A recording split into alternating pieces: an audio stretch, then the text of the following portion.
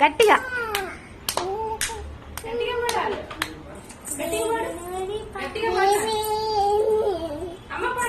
అమ్మ పాడు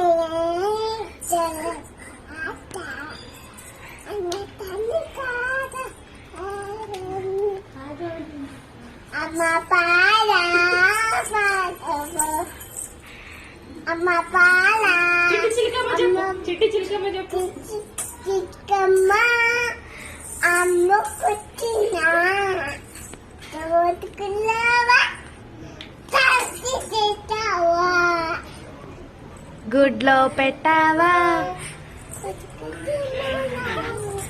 twinkle twinkle చెప్పు.